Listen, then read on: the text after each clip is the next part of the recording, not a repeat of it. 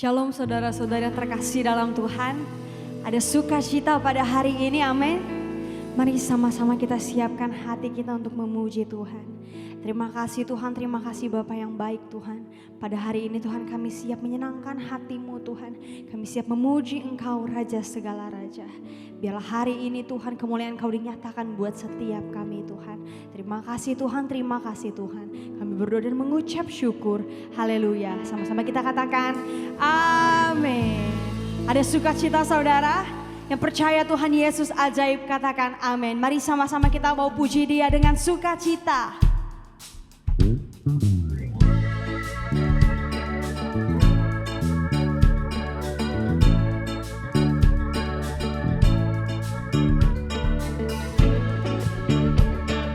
Sebab Engkau Allah kami yang ajaib Tuhan. Mari sama-sama kita katakan Yesus ajaib, Tuhanku ajaib, kasih-Nya ajaib bagiku.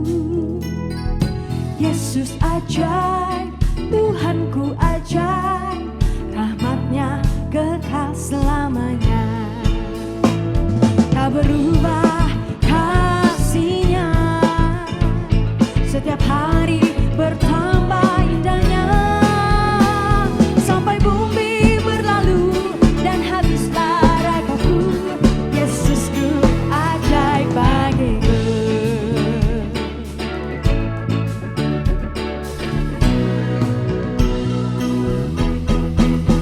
Say, Yesus ajaib, Tuhanku ajaib, kasih-Nya ajaib bagiku. Yesus ajaib, Tuhanku ajaib, rahmat-Nya kekal selamanya. Tak berubah kasih-Nya, setiap hari bertambah indahnya. Sampai bumi berlalu dan habislah ragaku, Yesusku ajaib bagiku. Yesus ajaib, katakan Dia berkuasa, Dia berkuasa. Ada mujizat sebab Yesus ajaib, katakan Yesus ajaib, Yesus ajaib, Dia berkuasa. Ada mujizat sebab Yesus ajaib. Biar musik yang menyembah Tuhan.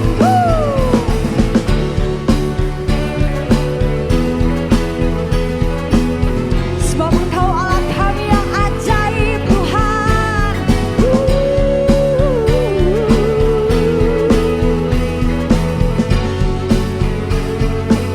Katakan Yesus ajaib, Yesus ajaib, Dia berkuasa. Ada mujizat, ada mujizat, ada mujizat, ada mujizat sebab Yesus ajaib. Beri kemuliaan bagi Tuhan. Beri sorak-sorai yang meriah, katakan haleluya. Mari sama-sama kita mau lebih lagi memuji Tuhan. Ada amin.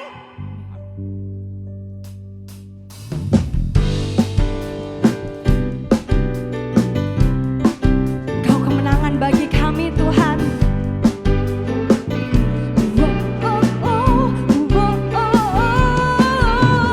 Gerakkanlah kekuatan-Mu ya Allah, tunjukkanlah kekuatan-Mu ya Tuhan. Ya Tuhan, serahkanlah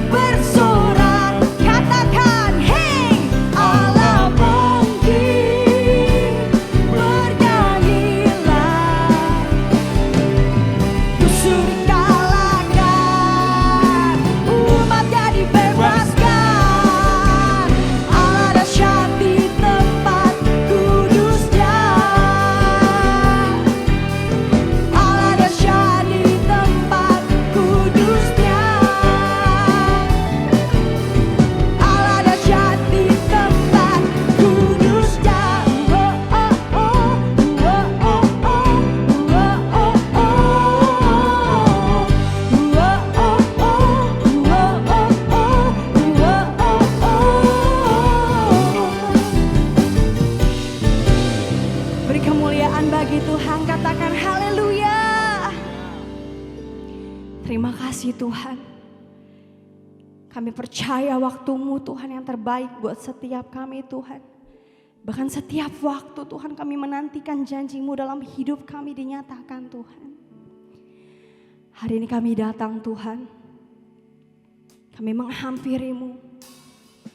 Raja segala raja. Biar Kau yang menjamah setiap kami pada hari ini Tuhan. Yes Lord. Inilah hati kami Tuhan. Inilah hidup kami Bapa.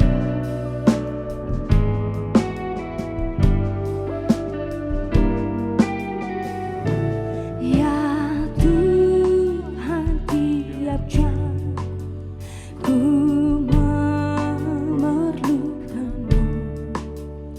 Engkaulah yang memberi sejahtera setiap jam ya Tuhan.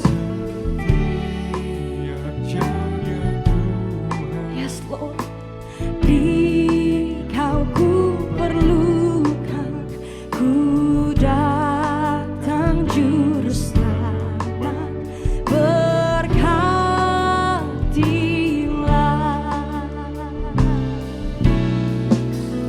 Ya Tuhan, tiap jam ku memerlukan-Mu.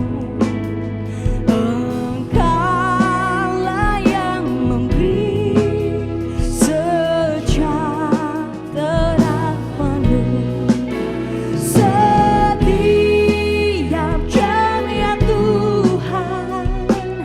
Di Kau ku perlukan, ku datang juru selamat, berkatilah.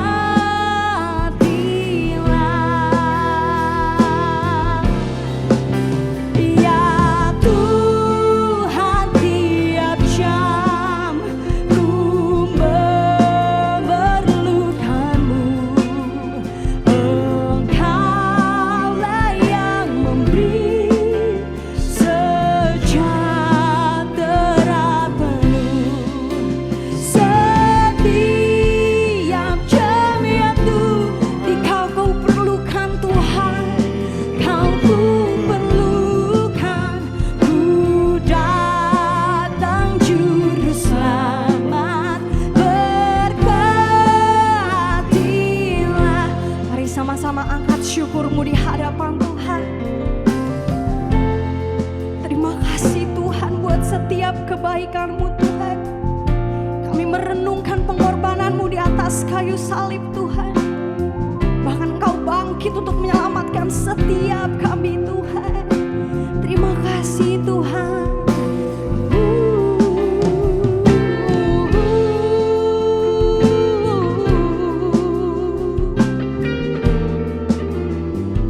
Thank you Lord, thank you Jesus. Mari sama-sama lebih lagi dengan hati-Mu kita katakan setiap jam ya Tuhan. Setiap jam ya Tuhan. Di Kau ku perlukan, ku datang juru selamat, berkatilah. Ku datang juru selamat, berkatilah. Ku datang juru selamat, berkatilah. Thank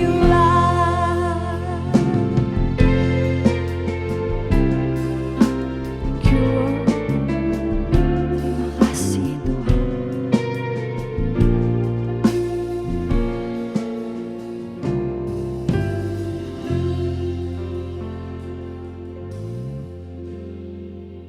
Shalom, jemaat yang dikasihi oleh Tuhan, jemaat Home CC yang sedang menyaksikan tayangan pada saat ini. Sebelum saya menyampaikan firman Tuhan, saya mengajak kita semua untuk berdoa. Mari kita berdoa. Terima kasih Tuhan Yesus untuk saat ini kami boleh menikmati kebangkitan-Mu di hari Paskah. Dan kami rindu Tuhan supaya kami juga bisa menikmati kuasa kebangkitan-Mu setiap hari. Tidak hanya 1 tahun 1 kali. Tetapi kami terus menikmati berkat kebangkitan-Mu dalam hidup kami. Pada saat ini kami akan belajar kebenaran firman-Mu. Kami rindu supaya kebenaran firman-Mu yang kami dengar pada saat ini tertanam dalam di hati kami. Kebenaran firman-Mu ini mengubah hidup kami. Segala pujian, kemuliaan, kehormatan hanya bagi nama-Mu. Di dalam nama Tuhan Yesus kami berdoa. Amin. Ibu Bapak yang dikasihi oleh Tuhan, saya bersyukur kita bisa bertemu kembali di hari Paskah. Di hari ini saya mengucapkan selamat Paskah kepada Ibu Bapak Jemaat HomeCC, dan kita akan bersama-sama belajar kebenaran firman Tuhan pada saat ini. Saya akan menyampaikan kebenaran firman Tuhan di kitab Yohanes di pasal yang ke-21. Kitab Yohanes di pasal yang ke-21, saya akan membacakan mulai dari ayat yang pertama. Demikian bunyi firman Tuhan. Kemudian Yesus menampakkan diri lagi kepada murid-muridnya di pantai Danau Tiberias, dan ia menampakkan diri sebagai berikut. Cerita ini adalah sebuah cerita di mana Tuhan Yesus sudah menampakkan diri beberapa kali kepada murid-muridnya. Pada waktu itu, para murid belum sungguh-sungguh percaya bahwa yang mereka lihat adalah Yesus yang sudah bangkit. Karena itulah, maka sebenarnya di kitab Kisah Para Rasul, di pasal yang pertama, saya membacakan di ayat yang ketiga, dikatakan demikian. Kepada mereka, ia, artinya Tuhan Yesus, menunjukkan dirinya setelah penderitaannya selesai, dan dengan banyak tanda, ia, Yesus, membuktikan bahwa ia hidup. Membuktikan bahwa ia hidup. Sebab selama 40 hari, ia berulang-ulang menampakkan diri dan berbicara kepada mereka tentang kerajaan Allah. Artinya, bahkan Tuhan Yesus selama 40 hari menampakkan diri, membuktikan dia hidup kepada para muridnya. Artinya, para muridnya butuh bukti yang sangat jelas sampai mereka benar-benar merasa bahwa Yesus itu adalah Yesus yang hidup. Yesus yang adalah guru mereka. Jadi ceritanya seperti itu. Dan di Yohanes 21 ini adalah sebuah bagian di mana Yesus membuktikan bahwa dia hidup kepada para muridnya. Karena belum hari raya Pentakosta, belum pencurahan Roh Kudus, para murid pada waktu itu cukup ketakutan.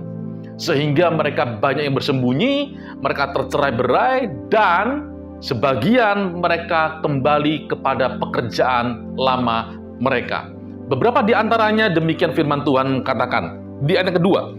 Di pantai itu berkumpul, perhatikan, Simon Petrus, Thomas yang disebut Didimus, Nathanael dari Kana yang di Galilea, anak-anak Zebedeus, dan 2 orang muridnya yang lain.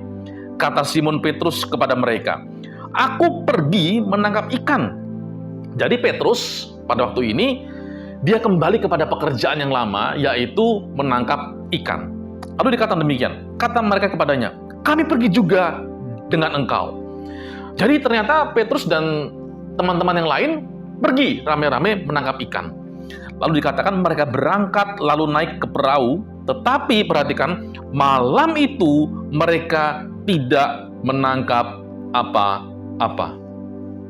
Ibu Bapak, Petrus itu adalah seorang nelayan. Dia tahu caranya menangkap ikan. Dalam kehidupannya sebagai seorang nelayan, dia mengerti dengan benar, dengan baik bagaimana cara menangkap ikan. Tetapi di malam itu dia tidak mendapat apa-apa. Dia dan teman-temannya tidak mendapatkan ikan apa-apa. Ayat yang keempat, ketika hari mulai siang, Yesus berdiri di pantai, akan tetapi murid-murid itu tidak tahu bahwa itu adalah Yesus. Yang kelima, kata Yesus kepada mereka, "Hai anak-anak, adakah kamu mempunyai lauk pauk?" Jawab mereka, "Tidak ada." Artinya, sampai di sini kita melihat bahwa Petrus dan teman-temannya sama sekali tidak ada lauk pauk. Tidak ada makanan sama sekali. Bisa dibayangkan ketika mereka bersama dengan Yesus, Yesus punya bendahara. Yesus punya banyak, dalam tanda petik, berkat di dalam pelayanan.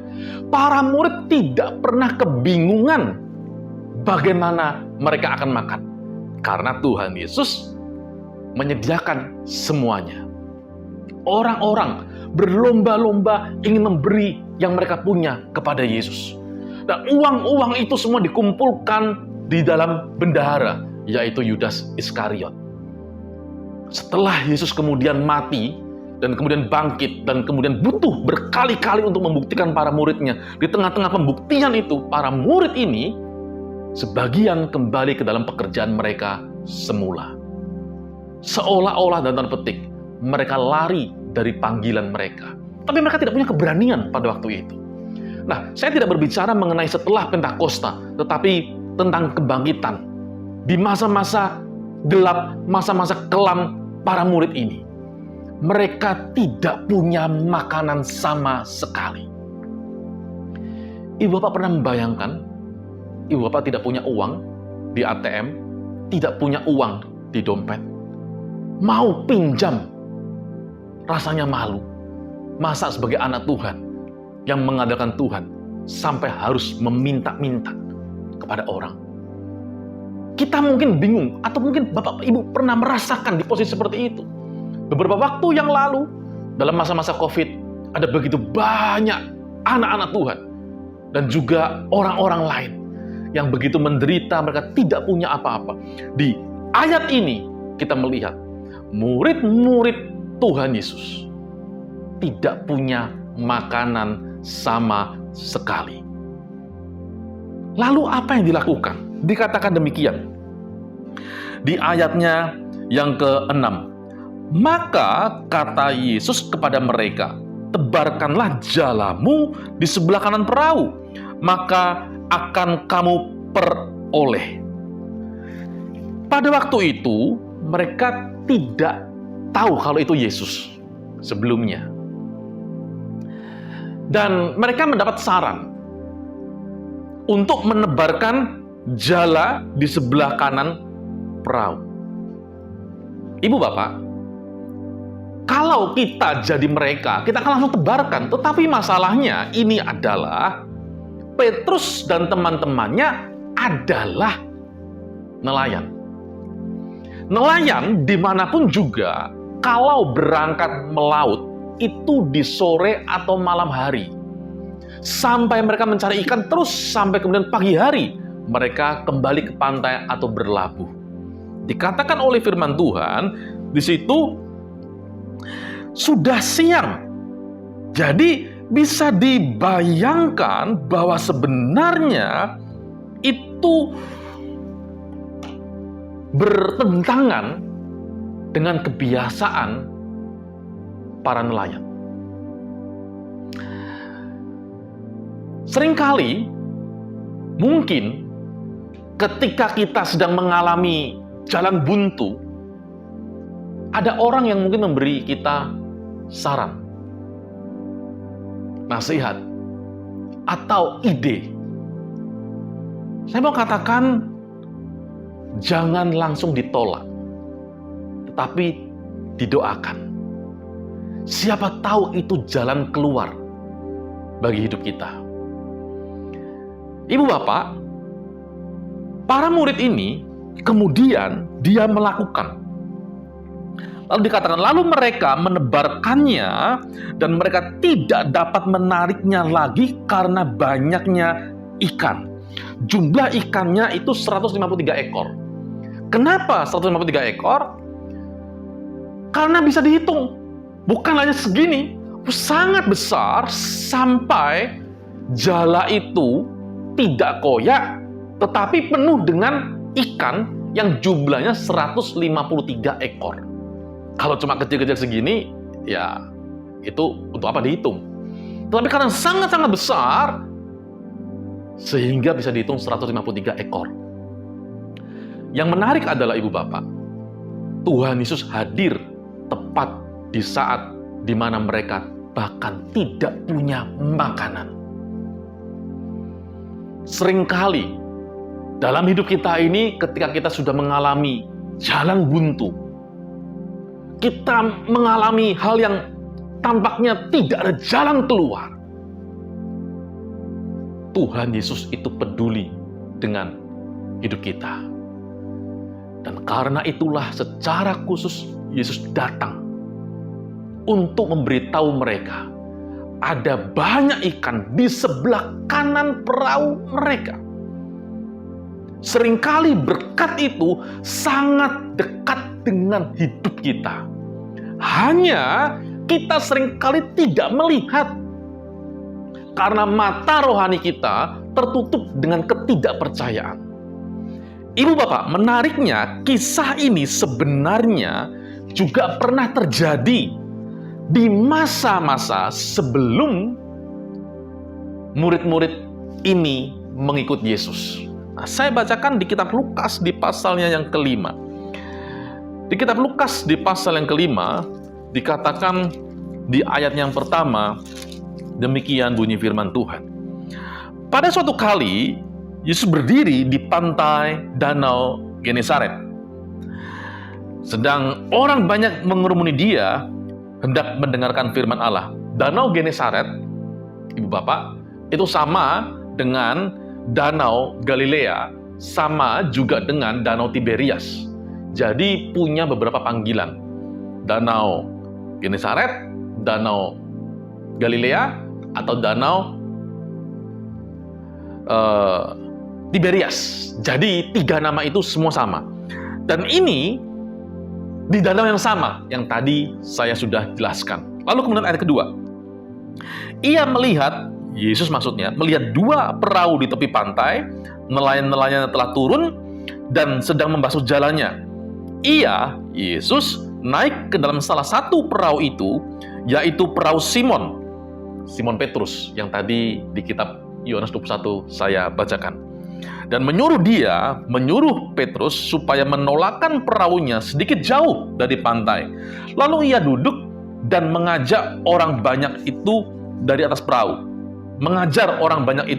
perahu.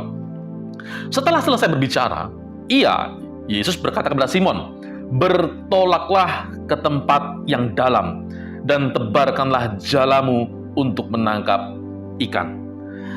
Lalu ayat yang kelima, Simon menjawab, "Guru," perhatikan, "telah sepanjang malam kami bekerja keras dan kami tidak menangkap apa-apa." Jadi ini seperti deja vu. Di Yohanes 21 itu seperti sebuah kenangan, memori yang dulu pernah mereka alami. Sekitar 3,5 tahun yang lalu, ketika Tuhan Yesus mengajak di pantai, lalu kemudian menyuruh Simon Petrus menolakkan perahunya sedikit agak ke tengah. Lalu Yesus mengajar orang banyak, dan setelah selesai mengajar, Yesus berkata kepada Simon Petrus untuk pergi ke tempat yang dalam, menebarkan jala. Petrus berkata begini, "Telah sepanjang malam kami bekerja keras, kami tidak menangkap apa-apa." Karena memang nelayan itu kerjanya malam hari. Dari petang sampai subuh. Malam hari, waktu gelap, ikan naik ke atas, lalu kemudian mereka bisa menangkap. Ketika hari sudah terang, ikan-ikan itu akan turun ke bawah, sehingga tidak bisa ditangkap. Di Yohanes 21, itu seperti sebuah deja vu. Mengingat kembali di masa yang lalu. Dan di masa yang lalu, apa yang terjadi? Dikatakan, "Tetapi karena engkau," Yesus menyuruhnya, "aku akan menebarkan jala juga." Pada waktu itu, Simon Petrus karena sudah mendengarkan pengajaran Tuhan Yesus dan begitu luar biasanya, penuh kuasanya pengajaran Tuhan Yesus, sehingga Simon Petrus mau menebarkan jala di tempat yang lebih dalam. Ingat, Petrus itu seorang nelayan. Sementara Tuhan Yesus hanyalah tukang kayu. Ibu bapak, kalau kita mendapat nasihat, mendapat atau ada orang-orang memberi kita ide yang mungkin profesinya berbeda, jangan langsung ditolak. Siapa tahu itu adalah sebuah cara dari Tuhan supaya kita bisa menemukan ide yang baik, sehingga kita menemukan jalan keluar dari kehidupan permasalahan kita. Lalu dikatakan oleh firman Tuhan demikian. Saya lanjutkan di ayat yang ke-6. Dan setelah mereka melakukannya, perhatikan, mereka menangkap sejumlah besar ikan sehingga jala mereka mulai koyak. Jadi ketika di Yohanes 21 mereka menangkap ikan, Tuhan Yesus berkata, tebarkan jalamu di sebelah kanan perahu. Kalau yang di Lukas ini di awal-awal pelayanan mereka, tebarkan jalamu di tempat yang dalam. Ada beberapa persamaan, saya akan menjelaskan di Lukas pasal 5 dengan di kitab Yohanes 21. Yang pertama adalah, persamaannya, mereka ada di danau yang sama, Genesaret atau Galilea atau Tiberias. Sama-sama di danau tersebut. Lalu yang kedua adalah mereka diminta untuk menebarkan jala bukan di malam hari.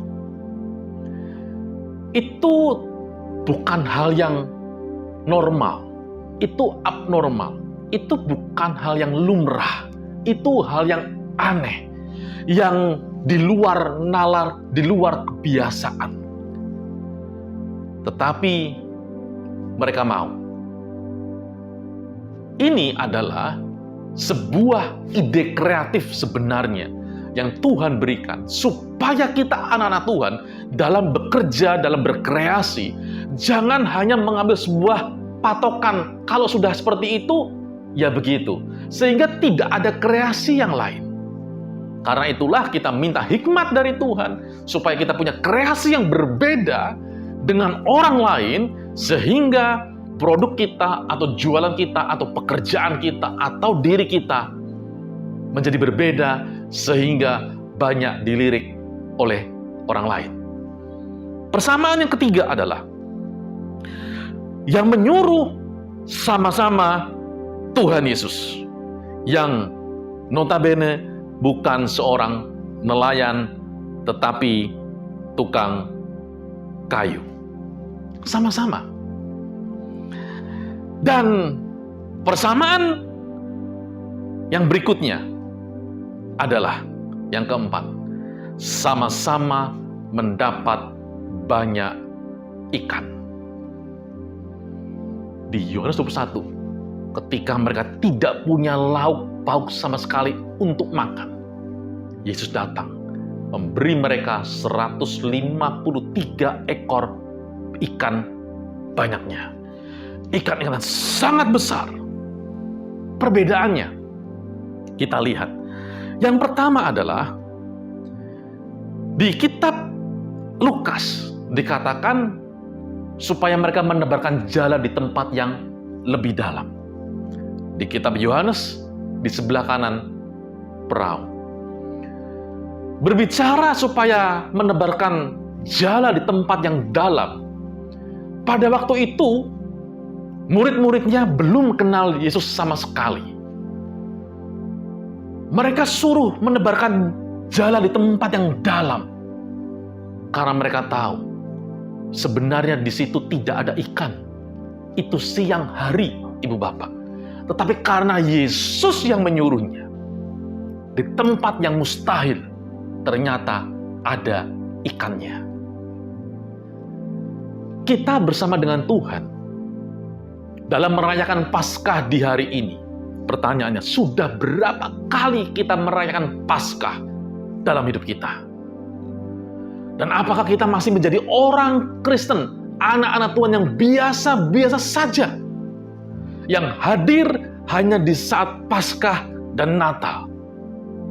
Ataukah kita terus mencari Tuhan sampai kedalaman rohani hidup kita? Kita terus ingin mengenal Tuhan lebih dalam lagi. Kalau kita sebagai orang mula-mula, kita harus cari Tuhan sampai di tempat yang dalam. Ibu bapak, ketika para murid di Yohanes 21, dia sudah kenal Yesus sudah cukup lama, 3,5 tahun. Melihat Yesus disalibkan dan beberapa kali bangkit, tapi masih belum benar-benar percaya. Yesus tidak mencela mereka, tidak mengusir dan tidak marah dengan para murid. Bahkan ketika mereka kehilangan sumber makanan, tidak punya makanan, Yesus datang menyelamatkan hidup mereka. Dan Yesus berkata, tebarkan jalamu di sebelah kanan perahu. Seringkali berkat itu begitu dekat dengan kita. Tapi mengapa ada begitu banyak orang tidak bisa melihat berkat di sebelahnya? Karena mata rohani mereka tertutup. Mata rohani mereka tidak terbuka. Dan yang bisa membuka itu adalah Tuhan sendiri.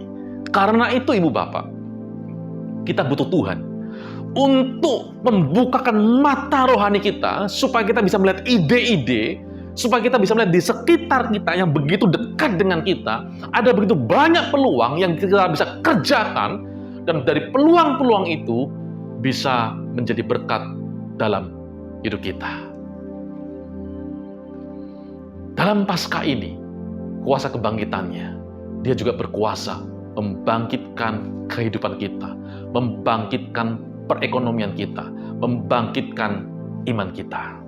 Perbedaan yang kedua dari Lukas pasal 5 ayat 1-6 dengan Yohanes 21 ayat 1 sampai yang ke-6. Demikian dikatakan bahwa di kitab Lukas dikatakan jala mereka ketika mereka mendapat begitu banyak ikan mulai koyak.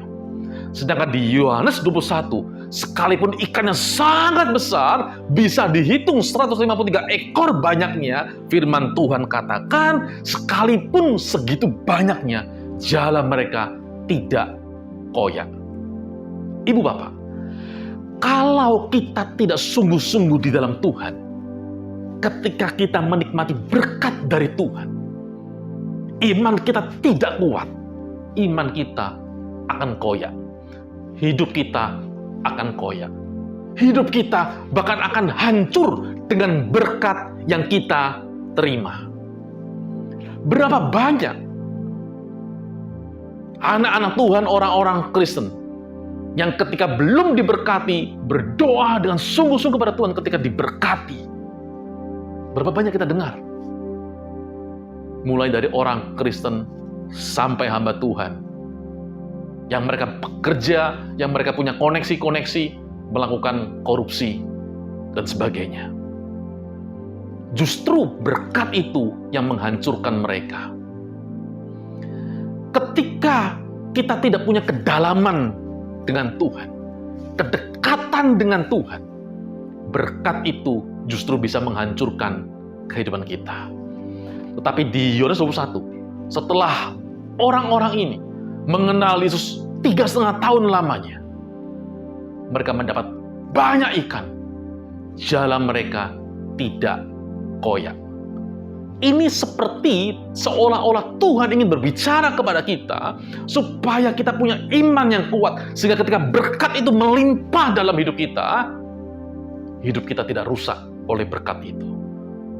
Tetapi justru karena iman kita kuat, berkat itu juga jadi berkat bagi orang lain. Jadi ibu bapak, kita bisa belajar beberapa hal. Yang pertama, Tuhan Yesus itu peduli. Karena itulah dia datang di saat yang tepat, ketika para murid tidak punya lauk pauk, ketika para murid tidak ada makanan. Ibu bapak, mereka bukan hanya sekedar tidak punya uang, tapi tidak punya makanan. Ibu bapak yang sedang mendengarkan firman Tuhan, yang mungkin dalam hidupnya merasa tidak punya apa-apa, ingat, Tuhan Yesus peduli dengan kita. Tuhan Yesus datang dalam hidup ibu bapak. Dan Tuhan Yesus pasti membukakan jalan untuk ibu bapak. Yang kedua yang kita bisa pelajari adalah Tuhan Yesus memberikan jalan keluar. Di kitab Lukas pasal yang ke-5, jalan keluarnya adalah di tempat yang dalam. Sedangkan di Yohanes, di sebelah kanan perahu. Dalam setiap orang, dalam setiap kondisi, jalan keluar yang Yesus berikan itu berbeda.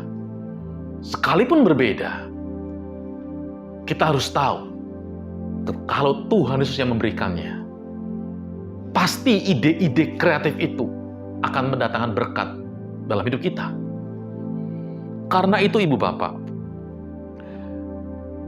jangan hanya meniru jalan keluar atau ide-ide dari orang lain.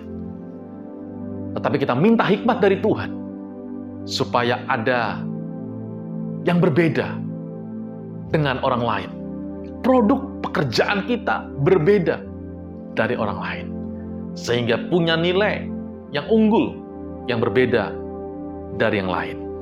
Yang ketiga yang kita bisa pelajari adalah ketika awal murid-murid dipanggil, mereka menebarkan jala di tempat yang dalam. Seolah-olah seperti berbicara, mereka harus lebih dalam dengan Tuhan.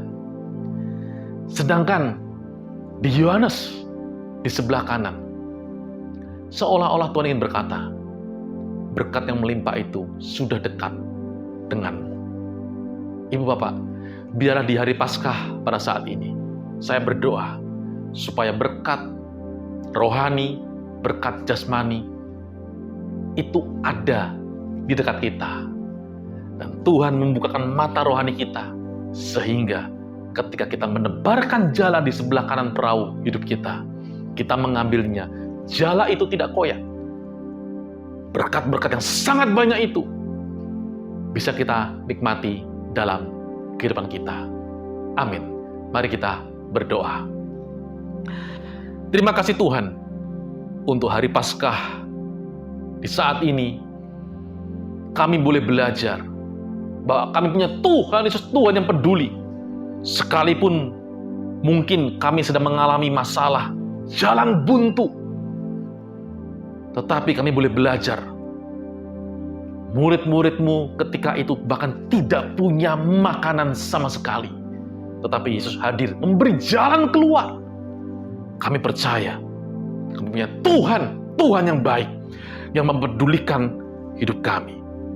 Kami punya Tuhan yang baik, yang pasti memberikan jalan keluar bagi kami.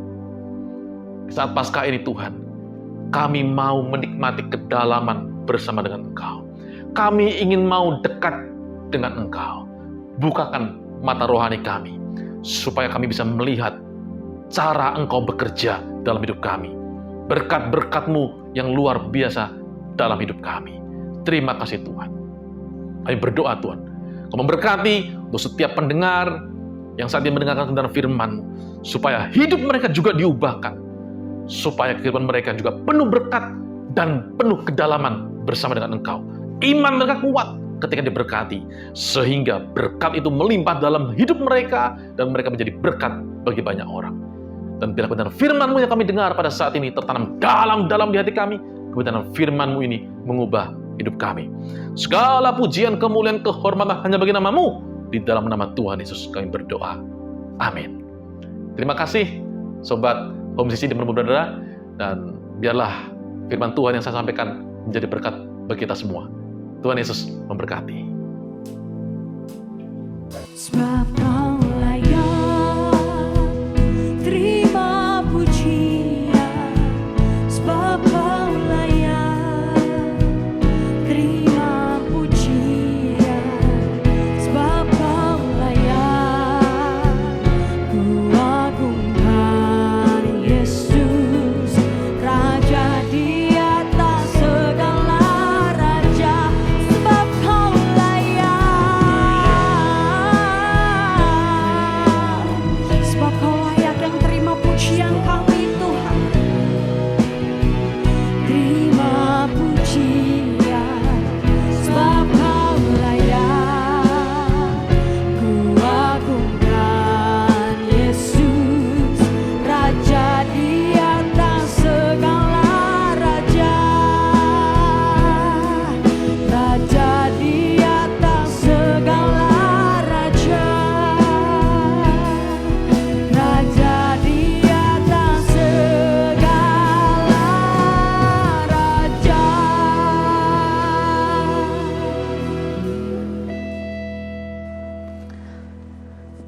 Karena itu, saudara-saudaraku, jemaat Kristus yang dikasihi Tuhan, angkatlah kedua tanganmu dan terimalah berkat. Mari aminkan setiap perkataan berkat yang kita percaya bahwa kita menerimanya. Tuhan memberkati engkau dan melindungi engkau. Tuhan menyinari engkau dengan wajahnya dan memberi engkau kasih karunia. Tuhan menghadapkan wajahnya kepadamu dan memberi engkau damai sejahtera. Kiranya kasih dan penyertaan Bapa di surga dan damai sejahtera dari Tuhan Yesus Kristus serta penghiburan dari Roh Kudus terus menyertai kita sampai Maranatha Tuhan Yesus datang kembali. Kita yang sudah menerima berkat Tuhan, kita sama-sama katakan, amin. Haleluya. Selamat hari Minggu, selamat berkumpul bersama keluarga. Mari kita hidup selalu dalam kuasa kebangkitan Kristus. Kita terus mencintai Tuhan, berhenti menghakimi, dan menjadi berkat. Tuhan Yesus memberkati. Yesus Tuhan, dengar doaku. Orang lain kau hampiri, jangan jalan terus. Yesus Tuhan, dengar doaku. Orang lain kau hampiri, jangan jalan terus. Orang lain kau hampiri, orang lain kau hampiri, jangan jalan terus. Sekali lagi katakan, orang lain kau hampiri, jangan jalan terus. Selamat hari Minggu, saudara. Selamat hari Paskah. Tuhan Yesus memberkati.